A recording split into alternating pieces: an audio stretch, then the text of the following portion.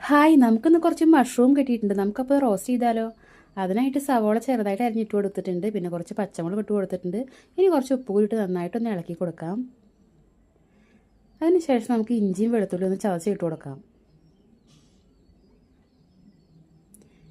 ഇഞ്ചിയും വെളുത്തുള്ളി നന്നായിട്ട് പച്ചമണം മാറുന്നത് വരെ ഒന്ന് നന്നായിട്ടൊന്ന് മൂപ്പിച്ചെടുക്കാം.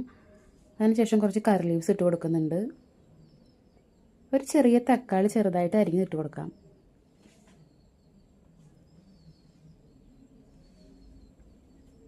തക്കാളിയൊക്കെ നന്നായിട്ട് വാടി കിട്ടിയിട്ടുണ്ട്.